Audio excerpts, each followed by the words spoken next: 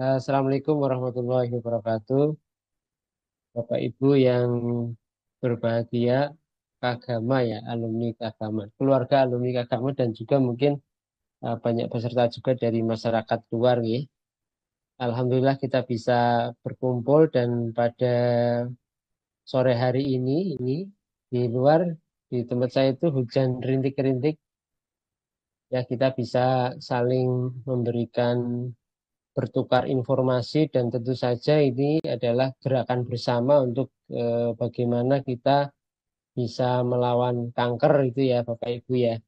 Dan mungkin pada sesi saya ini mungkin akan lebih menekankan pada bagaimana kita itu menurunkan faktor risiko dan menaikkan faktor pelindung ya. Jadi kalau kita pahami bahwa semua faktor-faktor yang bisa meningkatkan seseorang untuk terkena kanker itu disebut dengan faktor risiko.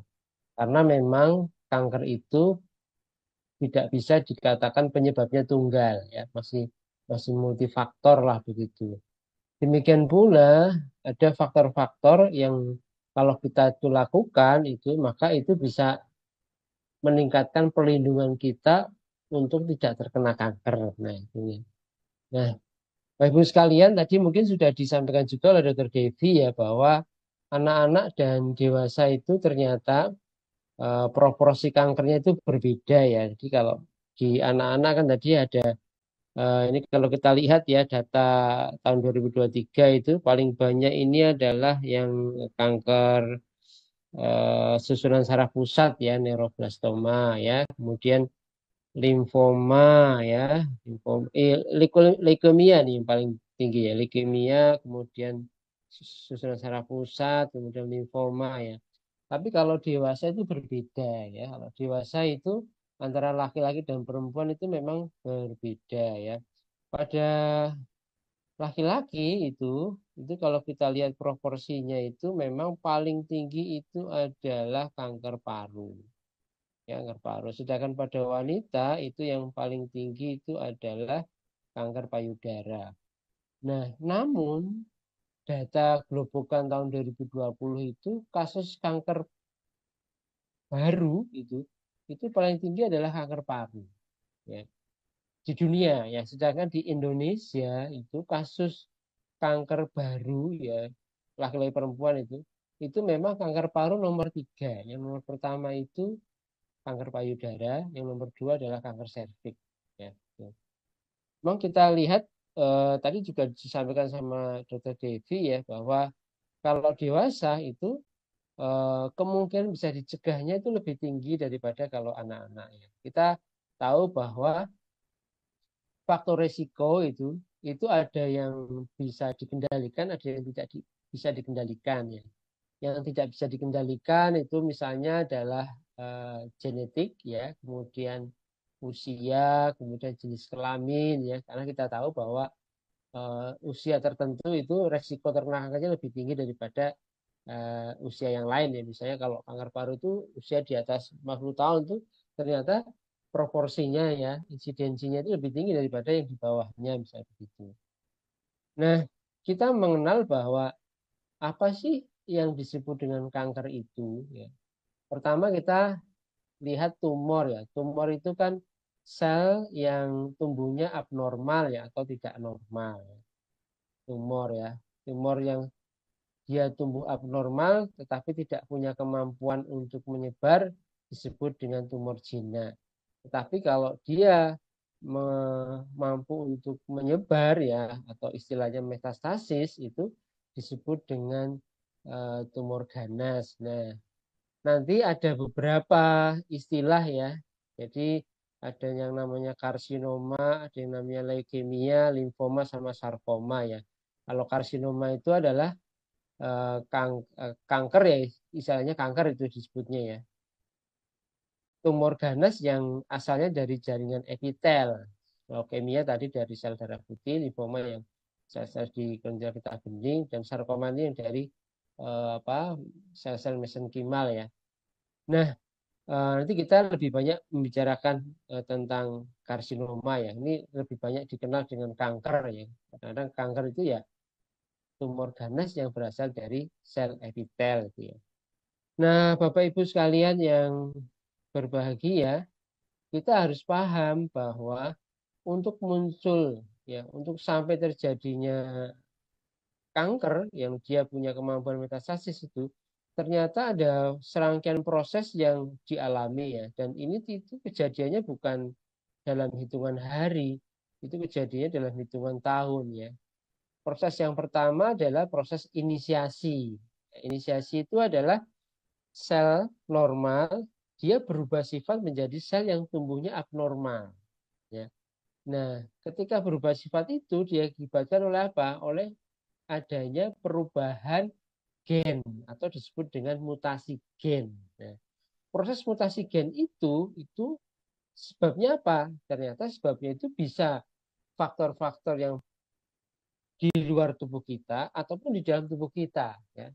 Faktor-faktor kimia misalnya ya, faktor-faktor paparan zat kimia, faktor faktor paparan zat fisik itu misalnya radiasi misalnya, atau faktor-faktor biologi. Biologi itu misalnya adalah tadi infeksi Epstein virus, HPV ya, atau faktor-faktor yang di dalam tubuh kita sebenarnya ya, karena mungkin ada misalnya adalah orang yang obesitas itu ternyata di dalam tubuhnya itu akan terjadi proses inflamasi yang cenderungnya terus-menerus ya, atau kronik ya, sistemik kronik inflamasi, dan itu bisa menyebabkan sel itu berubah ya, atau terjadi mutasi sel. Nah, ini kemudian sel yang kemudian dia bermutasi, dia kemudian tumbuh ya, tumbuh sampai suatu suatu klon tertentu ya, makin tumbuh, kemudian juga nanti sampai suatu saat dia akan tumbuhnya makin banyak ya, tetapi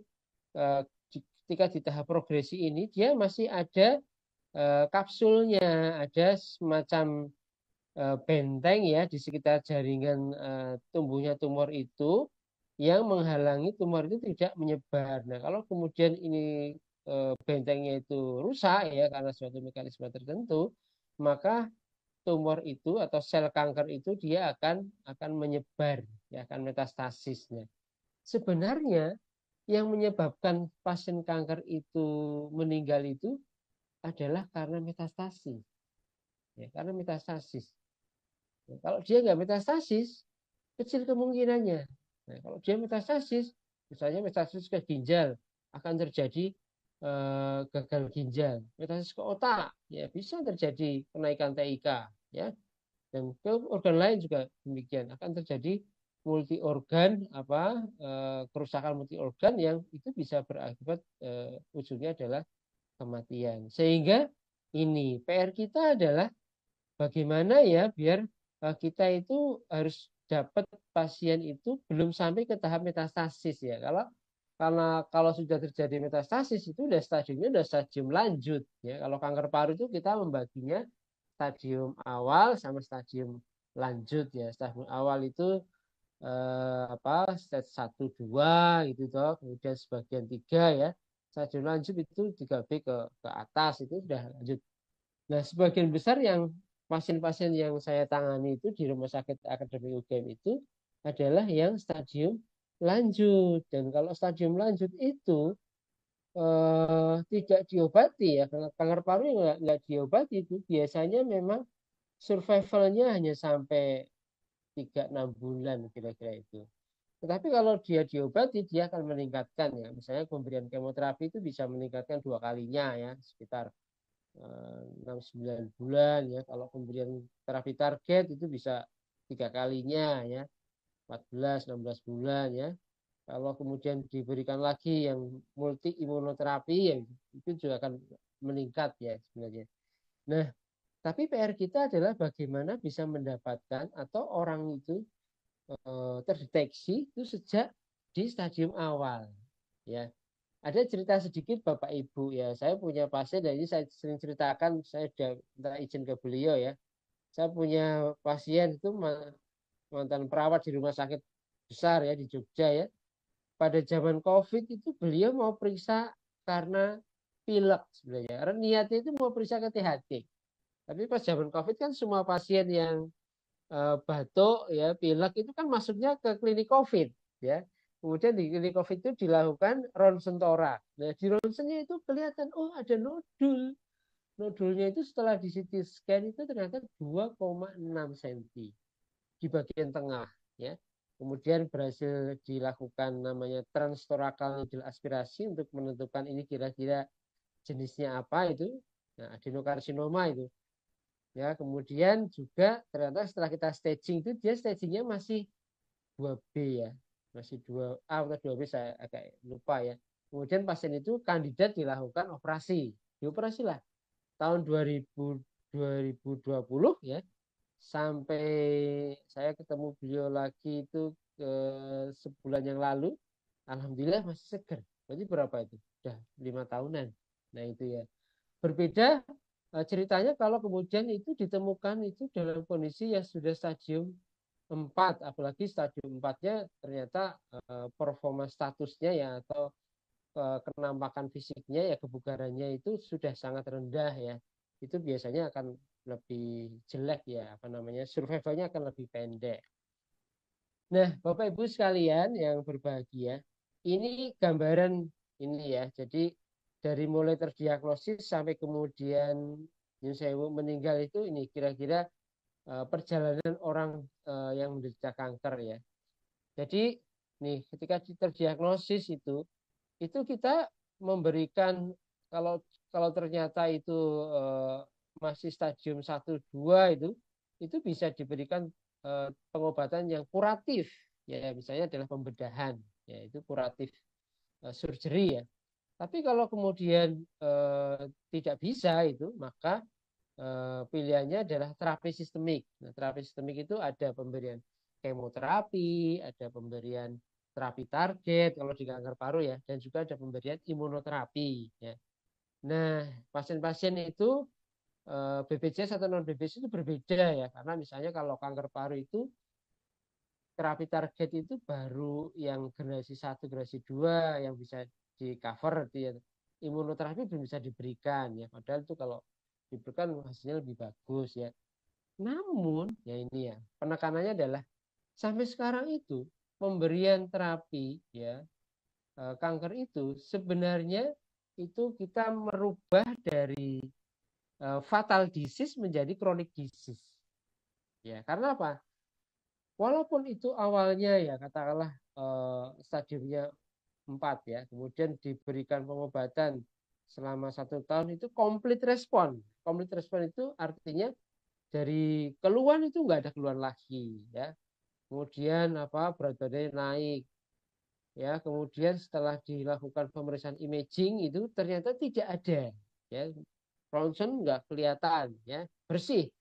Dilakukan CT kan bersih. Tetapi kami itu dokter tidak pernah berani untuk menyatakan sembuh. Nggak berani karena ada kalanya itu sel-sel kanker itu masih ada walaupun secara imaging itu tidak ada. Nah, ada kalanya juga ya kemudian sel-sel kanker di organ primernya itu nggak ada, tapi ternyata dia itu lari, ya, metastasis lewat aliran darah dia masuk ke dalam pembuluh darah, kemudian lari sampai ke otak misalnya itu. Nah itu kadang-kadang tidak bisa dideteksi ya. Nah memang salah satu modalitas pencitraan yang menarik itu untuk membantu itu adalah PET scan itu bisa lihat lebih detail ya. Nah jadi dari fatal disease menjadi chronic disease ya, sehingga terapinya itu memang jangka panjang. Jangka panjang. Kalau pasien-pasien kanker paru ya misalnya non small cell lung cancer itu yang dia stadium 4 kemudian mendapatkan terapi target kalau ternyata itu adalah complete response sebelum 2 tahun itu kita diberikannya 2 tahun atau 3 tahun. Setelah itu stop ya. Tetapi jarang sekali yang complete response. Tetap masih kelihatan entah itu 1 cm atau 0,5 cm atau berapa masih kelihatan terus sehingga obat itu diberikan terus. Namun memang kemudian dalam jangka waktu tertentu sering terjadi progresivitas. Progresivitas itu bisa karena memang kankernya itu tumbuh lagi, gitu, membesar lagi, atau kemudian dia menyebar, ada lesi baru di tempat lain, gitu ya. Sehingga ini ya penanganan kanker itu harus lintas disiplin ya. Jadi kita juga harus menangani aspek biologisnya, juga harus menangani aspek psikologisnya dan ini ya. Dan sampai kemudian penyiapan ini ya, perawatan end of life-nya itu juga harus diperhatikan ya Bapak Ibu. Sehingga Bapak Ibu sekalian, kalau kita ingin melawan kanker, sebenarnya yang paling pokok adalah preventif. Nah ini, preventif itu intinya ada dua. Bagaimana caranya agar kita bisa menurunkan faktor risiko dan piye caranya kita bisa menaikkan faktor pelindung. Nah, coba ini World Cancer Research Fund itu melakukan suatu pengumpulan studi ya, bukti-bukti ya, kemudian merekomendasikan beberapa hal ini ya. Untuk apa? Misalnya adalah ini, bagaimana bisa menaikkan faktor pelindung nih, ya, menjaga agar berat badannya dalam rentang yang normal ya, BMI-nya itu normal, atau kalau lebih bagus lagi itu ada parameter-parameter lain, misalnya adalah rasio lingkar pinggang, lingkar perut, lingkar pinggangnya kurang dari 0,8, misalnya itu bagus lagi, atau BMI-nya ya normal lah ya, 18,5 sampai 24,9 misalnya itu ya. Itu karena apa? Karena orang yang obes ya, obesitas itu ternyata di dalam tubuhnya itu terjadi proses inflamasi ya. Jadi inflamasi yang karena ada respon proinflamasi yang terus-menerus, dan itu walaupun terjadi dalam level yang rendah, low grade itu tetap akan meningkatkan risiko terkena penyakit PTM, penyakit tidak menular, termasuk di dalamnya adalah kanker. Nah, itu. Yang kedua adalah menaikkan faktor pelindung aktif olahraga. Olahraga itu buktinya udah banyak sekali ya. Bahwa olahraga yang kita lakukan itu ternyata bisa meningkatkan ini repair, DNA repairnya jadi lebih bagus. Proses autofaginya jadi lebih bagus ya. Kalau DNA repairnya lebih bagus ya kemudian itu bisa apa? Bisa membantu kita untuk melawan perubahan sel normal menjadi sel kanker tadi itu. Ya, terus apa faktor menurunkan faktor risiko. Nah ini ya, menaikkan faktor pelindung yang lain adalah nih, diet yang kaya ini sayuran, buah-buahan ya, yang terkenal adalah misalnya Mediterranean diet ya. Studi-studi itu intinya adalah balance diet ya, diet yang seimbang itu ternyata ya. Diet seimbang itu adalah kunci kita bisa menjaga, bisa menaikkan faktor pelindung, diet yang seimbang ya. Diet yang banyak buah-buahan dan sayuran ya, atau ini ya, kacang-kacangan yang lebih lebih ini ya, apa good food ya istilahnya itu ya. Nah ini kemudian menurunkan faktor risiko apa? Misalnya ini menurunkan fast food ya, konsumsi fast food dan tinggi lemak ya, gula ya. Karena ini ada kaitannya dengan kalau orang lebih banyak makan fast food ya, lebih tinggi gula dan apa lemak, itu kemungkinan obesitasnya akan lebih tinggi ya. Kemudian nih menurunkan konsumsi daging merah ini terkait dengan risiko terkena kanker kolonnya itu lebih tinggi dibandingkan yang tidak. Ini ada bukti-buktinya yang cukup kuat ya. Tuh, jadi kita harus ini kalau nggak salah ini konsumsinya harus kurang dari 3 porsi dalam seminggu ya. Makan daging itu nggak usah lebih kurang dari 3 porsi lah seminggu gitu ya. Jangan tiap hari misalnya gitu ya. Membatasi konsumsi gula. Nah, ini bukan cuma penting juga ya, karena kalau kalau tubuh kita itu terjadi high glukosa itu juga ada proses inflamasi yang kronik ya yang terjadi, dan juga karena resistensi insulin juga terjadi, dan itu juga meningkatkan risiko kanker. Konsumsi alkohol ini kanker hatinya akan meningkat ya. Dan ternyata ini ada satu yang agak aneh sebenarnya, ini kok pemberian suplemen nggak boleh. Nah ini ternyata setelah kita baca itu adalah konsumsi dari oksidan ya, prooksidan yang berlebihan. Nah, karena apa? Kalau kita mengkonsumsi prooksidan itu ternyata itu kalau berlebihan dia menjadi oksidan. Ya. Nah itu kita harus membatasi ya. Dan ini faktor pelindung ini ya, kalau ibu-ibu itu menyusui ternyata dia akan menurunkan resiko terkena kanker payudara. Nah, ini ya. Nah ini ya.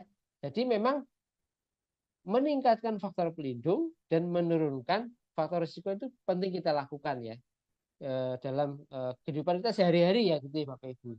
Kalau terkait kanker paru, nah ini ada beberapa faktor risiko yang penting ya. Pertama adalah merokok. Nah ini merokok itu Bapak Ibu itu meningkatkan 20 kali ya peluang terkena kanker paru dibandingkan yang tidak merokok. Bahkan 90% pasien kanker paru itu adalah ada riwayat merokok ya, baik merokok aktif maupun merokok pasif gitu ya. Nah, kemudian ini paparan dari polutan industri ya, ini juga penting ya, industri. Ini misalnya di industri rumah tangga maupun industri apa namanya dalam skala besar ya. Di rumah tangga misalnya mungkin zaman dulu kalau sekarang kurang ya. Memasak ya, memasak dengan kayu bakar tapi dengan lingkungan rumah yang sewu ya, asapnya itu bulek-bulek di dalam rumah itu akan meningkatkan faktor risiko. Ini ada riwayat kanker di keluarganya, ini meningkatkan sekitar 2 sampai 3 kali. Ada penyakit kronik paru yang tidak diobati, yaitu juga karena ada pada pasien PPOK yang mendapatkan terapi rutin dibandingkan yang tidak, itu ternyata risiko kankernya lebih tinggi pada yang pasien PPOK. Polusi. Dan juga kalau kanker paru itu adalah radiasi radon. Nah, radon ini Bapak Ibu kurang mendapat perhatian. Kalau di Eropa itu perhatian cukup tinggi ya. Radon itu adalah semacam radiasi penguraian dari uranium di bebatuan ya, bebatuan itu. Dan Jogja itu ternyata ya ada penelitian ya, kemarin saya ngobrol sama Prof. Arif Faisal itu, Jogja itu karena Merapi, batuan Merapi itu ternyata radiasi radonnya tinggi, dan radiasi radon itu dia di kerak bumi dan sifatnya itu ini bukan kayak sinar, bukan, tapi sifatnya itu ini seperti inhalasi ya, partikel inhalasi kayak uap lah gitu. Sehingga kalau kita punya rumah itu sebaiknya ventilasinya harus bagus agar konsentrasi radiasi radon itu menjadi lebih rendah. Nah, ini pentingnya ya, mendesain rumah yang ventilasinya juga bagus. Tentu saja ventilasi bagus itu juga sekaligus menurunkan resiko penyakit paru yang lain ya. Nah, rekomendasi dari Perhimpunan Dokter Paru dan juga kelompok studi lung cancer itu adalah kalau usianya lebih dari 45 tahun plus ada riwayat perokok aktif, bekas perokok ya atau perokok pasif ya, plus minus ada riwayat kanker keluarga, itu sebaiknya dilakukan ini deteksi dini dengan cara apa? Low dose CT scan. Jadi di CT scan itu dengan dosis yang rendah dan itu bisa melihat lesi, bahkan lesi yang di bawah 1 cm Bapak Ibu. Nah ini RSA UGM ini sudah meluncing itu low dose CT scan ya, dan harganya lebih murah daripada CT scan yang biasa, dan itu bisa membantu kita untuk mendeteksi pasien kanker. Nah, Bapak Ibu sekalian, ini tadi yang sudah saya bicarakan ya, bahwa ini SCI ya, sistemik kronik inflamasi ya. Ini inflamasi kronik yang berlangsung terus-menerus walaupun dalam level yang rendah ya. Itu dikarenakan karena apa? Misalnya infeksi kronik, karena gaya hidup yang mager ya, sedentari ya, istilahnya orang Jawa uripe mung senderan, terus sedentari senderan, terus nih obesitas ya, ada disbiosis ya, mungkin karena pola makan tadi ya tidak seimbang sehingga flora normal populasi flora abnormal dengan normalnya itu terganggu, diet tadi itu fast food ya, situasi kronik stres yang berlangsung lama ya, bahkan ini Bapak Ibu tidur yang terganggu itu juga punya kaitan untuk memicu proses SCI ini. Nah kalau SCI ini terus menerus terjadi, dampaknya apa? Nih yang namanya PTM ya, sindrom metabolik, diabetes mellitus, perlemakan hati, penyakit kardiovaskuler, kanker, depresi, autoimun disease, penyakit degeneratif, bahkan sarkopenia, osteoporosis, dan penuaan dini. Nah ini kanker Bapak Ibu ya. Sehingga ini kita harus mengendalikan faktor pemicu ini Bapak Ibu untuk menurunkan resiko terkena kanker, sekaligus kita bisa meningkatkan faktor pelindung Nah, Bapak Ibu sekalian, ternyata gaya hidup yang sehat itu gunanya bukan cuma pada tahap mencegah ya, tetapi juga pada tahap terapi. Menarik ini Bapak Ibu. Ini saya tampilkan ya. Ya, jadi sebenarnya di dalam tubuh kita itu ada sel imun yang punya kemampuan untuk membunuh sel kanker. Ya, sel imun kita katakanlah dibagi dua, imunitas alamiah sama imunitas adaptif ya. Kalau imunitas alamiah itu yang terkenal adalah natural killer cell, itu punya kemampuan membunuh sel kanker. Kalau imunitas adaptif itu yang terkenal adalah sel T sitotoksik atau sel T CD8 itu ya. Nah, di dalam tubuh kita itu ya ada kalanya terjadi proses mutasi sel normal menjadi sel kanker ya. Nah, itu pada suatu saat itu karena kemampuan sel kanker itu yang kemudian bisa bisa ini ya, bisa katakanlah mengelabui sel imun itu, dia bisa bisa menghindar, bisa menghindar. Nah, bisa menghindar ya. Nah, pemberian pengobatan kanker itu ya, misalnya ini ada macam-macam kan, kemoterapi, misalnya radioterapi, ini pemberian terapi target ya. Nah, atau imun terapi yang lain ya. Ini akan merubah lingkungan di mana sel tumor itu berada, sel kanker berada ya. Nanti akan menguatkan ini kemampuan dari sel imun yang adaptif tadi ya. Sel T CD8-nya akan lebih kuat lah gitu. Kalau dia kuat ya, kemudian sel itu punya kemampuan untuk membunuh sel kanker yang masih ada. Nah itu. Kemudian juga, nah ini ya, ini apa yang dilakukan ini misalnya dengan pemberian vaksin dan sebagainya ya. Di tahap selanjutnya adalah tahap eliminasi. Ketika equilibrium itu ibaratnya perangnya itu antara sel kanker sama sel imun itu sama-sama kuat ya. Ya sel kankernya masih bisa katakanlah bisa dikurangi populasinya kan, tapi sama-sama kuat itu. Ya. Tahap selanjutnya adalah bagaimana agar sel tubuh kita itu mampu sekaligus ini ya mengeliminasi sel kanker. Nah, ternyata itu apa Bapak Ibu? Ini ada peran dari gaya hidup. Nah, gaya hidup kita kan ada 4 Bapak Ibu ya. Satu adalah pola makan, satu pola tidur ya, satu pola tidur, dua adalah pola makan, ketiga adalah pola gerak, yang keempat ini adalah mental ya, pola pikir ya, menjaga spiritualitas kita ya. Ini akan kalau kita ini lakukan itu ini ternyata di dalam pengobatan pasien kanker yang mendapatkan pengobatan kalau dia bisa melakukan ini berbagai gaya hidup ya yang tadi saya sebutkan itu ternyata survivalnya lebih panjang Bapak Ibu ya. Nah ini ya apa ya kira-kira nih ya, pemberian terapi ya. Jika tadi itu dia akan bisa meningkatkan imunitas bawaan kita maupun imunitas adaptif kita ya. Nih menarik sekali Bapak Ibu ini mungkin di webinar selanjutnya bisa dibahas nih tidurnya kudune piye dok yang bisa meningkatkan imun itu. Kemudian nutrisinya bagaimana, exercise-nya bagaimana, ini butuh butuh pemaparan tersendiri yang cukup menarik ya. Kebetulan saya dokter paru spesialis onkologi torak, tapi saya di Departemen Fisiologi juga di FHKMK dan salah satu yang kami concern itu di bagian adalah mempromosikan ini berbagai apa intervensi lifestyle intervensi ya untuk berbagai penyakit selain untuk proses pencegahan ya. Nah, contohnya ini Bapak Ibu. Ya, ini ya. Kalau tidur kita terganggu ya, ini ya, terjadi hiposekresi melatonin ya. Ternyata kalau melatonin rendah itu akan menimbulkan kerusakan DNA ya, kerusakan DNA dan juga akan menurunkan proses perbaikan DNA tadi itu. Nah, kalau ini terjadi ya sudah kemungkinan sel normal bisa berubah menjadi sel tumorogenesis ini.